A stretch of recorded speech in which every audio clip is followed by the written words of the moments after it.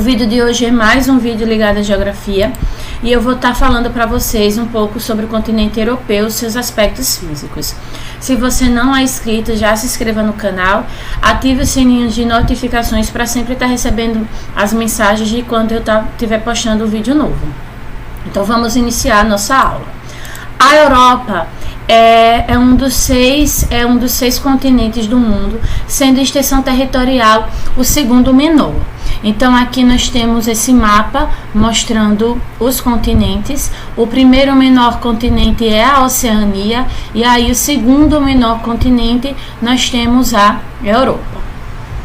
O continente ele é banhado ao norte pelo Oceano Glacial Ártico, ao sul pelo Mar Mediterrâneo e o Mar Negro, a oeste pelo Oceano Atlântico e a leste pelo o Mar Cáspio. A Europa é conhecida como o Velho Mundo e é considerado o berço da cultura ocidental. Existe uma divisão do mundo que é Novo Mundo, Novíssimo Mundo, Velho Mundo e Antártida. Então, o Velho Mundo seria a Europa, a África e a Ásia. O Novo Mundo é o continente americano. O Novíssimo Mundo, a Oceania e a Antártica, por si só já é a Antártida, né? A Europa limita-se territorialmente com a Ásia a leste, sendo considerada então um prolongamento da massa continental do continente asiático, formando a Eurásia. Então a Europa, ele junto com a Ásia está em um único bloco continental e esse bloco continental ele se chama o quê? Ele se chama Eurásia, ok? Mas por características sociais, culturais, entre outras diferenças entre um continente e outro, então a gente tem essa distinção.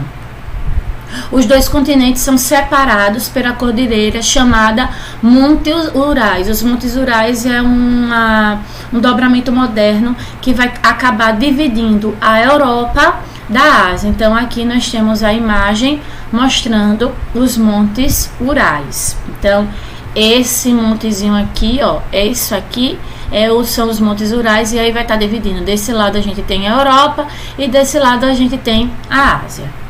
Divisão regional da Europa. Então a gente tem aqui uma divisão em 4 grupos, em 4 regiões, ok? Então temos a Europa Ocidental, a Europa Centro-Oriental, a Europa Setentrional e a Europa Meridional, ok? Então aqui são os países do continente europeu por regiões. Aspectos físicos da Europa. O litoral. Então, o litoral europeu ele é bastante recortado, com a presença de inúmeros acidentes geográficos, como penínsulas, estreitos, arquipélagos, entre outros. Então, diferente do território brasileiro, que a gente tem um litoral mais retilíneo, o litoral europeu ele é cheio de entradinhas. Então, a gente tem várias penínsulas. Então, a gente tem aqui, por exemplo, a Península Itálica, a Península Ibérica, a Península Escandinava, entre outras penínsulas. Esse litoral recortado, eles facilitam em grande parte na utilização do transporte marítimo e na maior possibilidade para a construção de portos e acaradouros.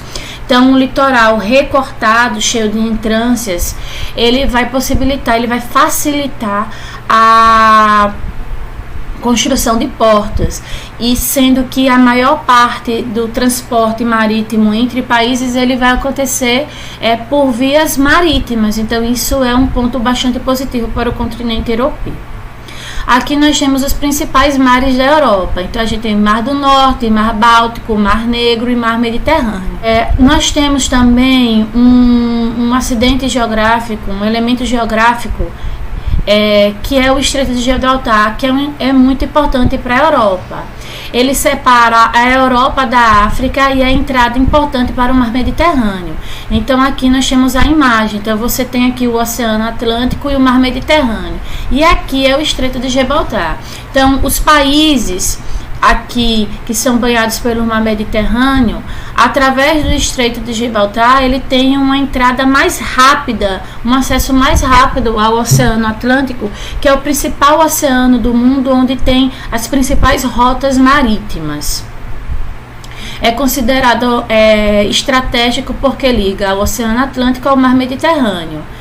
E os países que têm a costa voltada para o Mar Mediterrâneo têm saída mais rápida para o Atlântico, oceano mais importante do ponto de vista econômico. Aspectos físicos, o relevo. Então, o relevo da Europa, a gente tem basicamente 3 unidades básicas. Então, a gente tem os planaltos ou maciços antigos, que seria esse marrom aqui mais escurozinho. São formados por rochas magmáticas e metamórficas antigas. São áreas ricas em minerais metálicos como ferro, manganês, ouro e prata. É por isso que, por exemplo, a Inglaterra ela disparou na frente no período da Revolução Industrial. Foi onde iniciou a Revolução Industrial, porque a Inglaterra, por conta de ter um subsolo de formação geológica antiga, então possui vários recursos minerais. Então nós temos aqui as planícies que ocupam a maior parte do território europeu, principalmente essa parte mais central, entendeu? Norte e nordeste da Europa. São as áreas mais antigas. Vai ter uma grande quantidade de carvão mineral e de petróleo, e o relevo baixo ele vai facilitar tanto para a atividade agrícola, porque a atividade agrícola ela se desenvolve em planície, em região de planície principalmente, quanto também para a navegação. Então, muitos rios aqui eles são utilizados para o transporte de mercadorias entre um país e outro, ou para poder chegar no oceano e assim ir para um outro continente. Nós temos os dobramentos modernos, que seriam estruturas geológicas de idade recente. Então, por conta disso, tem um subsolo bastante pobre. Então, quanto mais antigo for o subsolo, mais recursos minerais você tem. Subsolo, estrutura geológica recente, então pobre em recursos minerais. Então, você tem a presença dos Pirineus, os Alpes, Apeninos, Cárpatos, os Balcãs e o Cáucaso. Então, vamos ver alguns dobramentos modernos. Tem os Alpes, que é de idade geológica recente e que tem o principal monte, o Monte Branco. Então, aqui nós temos o Monte Branco, que está entre a França e a Itália. Temos os Pirineus, também de idade geológica recente. Nós temos o pico mais alto, o Pico Aneto, que eu não peguei a imagem, eu peguei uma outra, que aqui nós temos a imagem dos Pirineus na França, um dobramento moderno, formação geológica bem recente. Aspectos físicos da Europa, o clima. O continente europeu nós temos basicamente o clima polar, mediterrâneo, temperado oceânico, temperado continental e o frio de montanha, de altitude. A maior parte do continente ele é temperado, então basicamente temperado, só que o temperado ele é subdesenvolvido. Então vocês podem observar que o temperado continental ele ainda predomina. Os tipos climáticos eles vão ser influenciados por alguns fatores. Quais os fatores que influenciam o clima? Isso aqui para qualquer parte do mundo, ok? Então a gente tem a latitude, quanto mais próximo da linha do Equador mais quente ou seja, quanto mais distante, menor vai ser a temperatura. Então a Europa, como tem médias latitudes, então a temperatura ela é menor comparada à região da linha do Equador. O relevo, apesar de ter grandes cadeias montanhosas lá, o relevo ele não vai dificultar a entrada dos ventos na região do centro do continente e nas planícies. A maritimidade, que é a influência do oceano. Então, quando você tem nas regiões litorâneas com a influência marítima, então a gente tem um clima mais úmido. Então, as temperaturas elas são mais amenas próximo à costa. Nós temos a continentalidade, que é a influência do continente. Quanto mais distante do mar, aumenta a amplitude térmica. E aí você tem uma diferença entre a máxima e a mínima temperatura. Então, você, por exemplo, durante o dia você pode ter um lugar muito quente e durante a noite muito fria. Então, isso aqui ocorre por influência da continentalidade. Depois nós temos os ventos dominantes, que predominam os ventos de oeste, que levam do interior do continente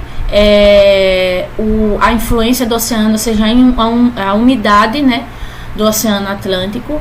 E por fim, mas que é importantíssimo, seria a corrente do Golfo, que é uma corrente marítima quente que atenua o inverno no noroeste da Europa, provocando um aumento das médias térmicas na região.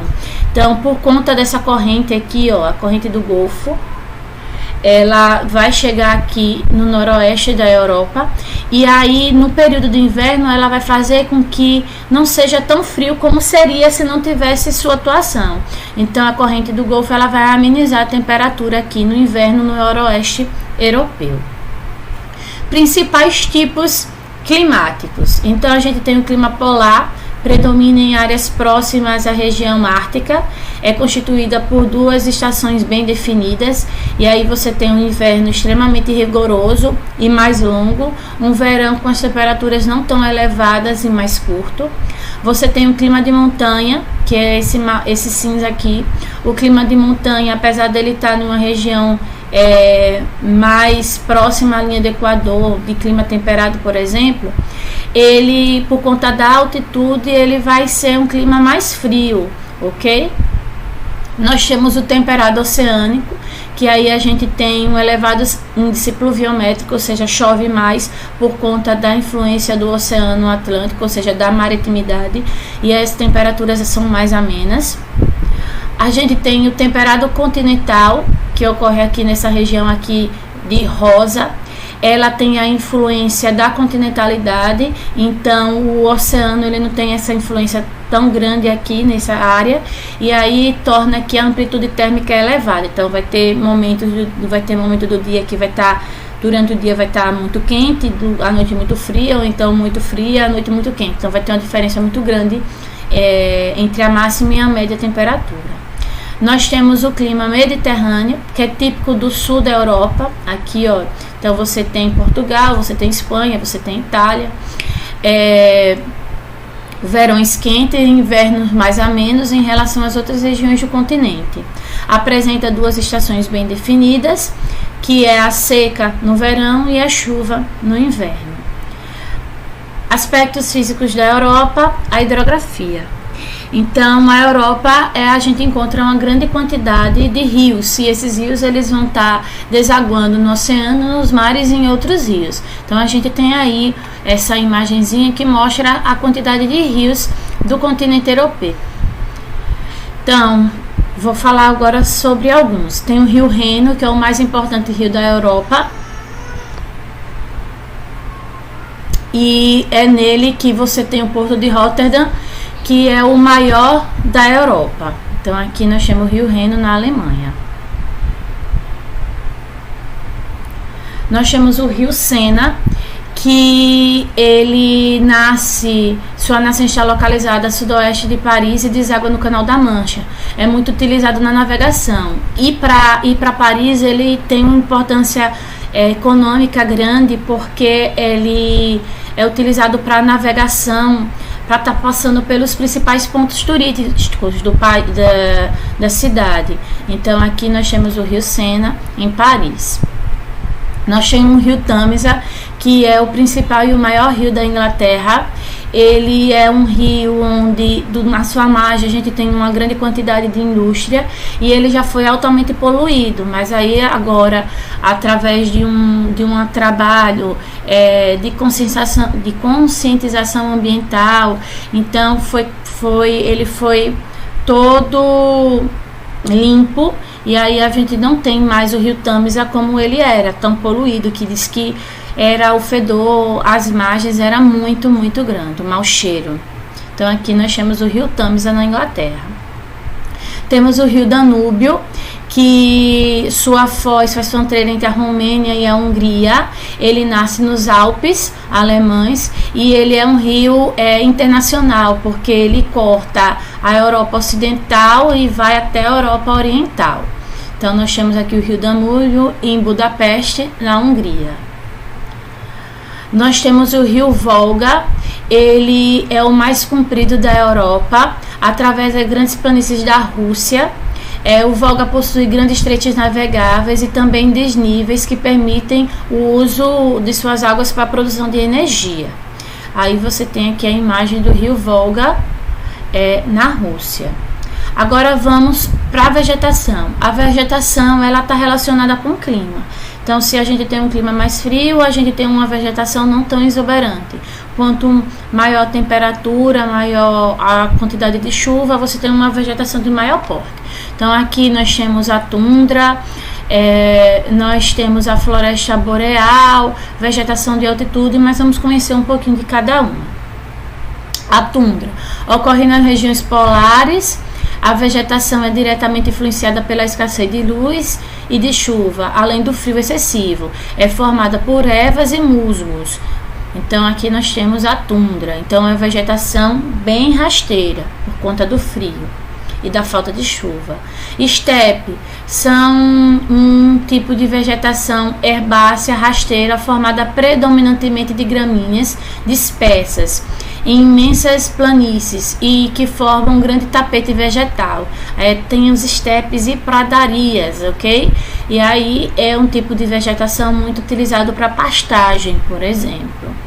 Nós temos a floresta boreal, também chamada de taiga ou de conífera, que a predominância é de pinheiro, cuja madeira é explorada economicamente para a produção de celulose e também para construção civil, produção de imóveis e entre outros. A vegetação ela lembra a árvore de Natal, cone, são árvores em forma de cone. Depois nós temos a vegetação, a floresta temperada, formada por enormes árvores entre pequenos arbustos. Então você tem árvores de grande porte, mas também tem pequenos arbustos. Encontra-se em grande parte devastada em consequência da ocupação local. Então, essa área aqui é a área de maior ocupação, ok? Populacional. Então, ela vai ser extremamente devastada por conta da ocupação humana. Aqui é a imagem da floresta temperada. Ela é chamada de caducifólia também porque no período do outono ela já começa a perder as folhas para se preparar para o inverno. A vegetação mediterrânea ela ocorre no clima mediterrâneo, constituída por maquis e garride, resistente ao período de estiagem nas regiões, ou seja, no verão, no período de estiagem, ela é uma vegetação adaptada a isso. Então, você tem arbustos de forma isolada, assim, bem separada uma da outra e adaptada à seca. Então, aqui nós temos a presença da vegetação mediterrânea. Então é isso, meu povo, eu espero que vocês tenham gostado. Se você gostou, já deixa aí o seu like, um beijo e até o próximo vídeo.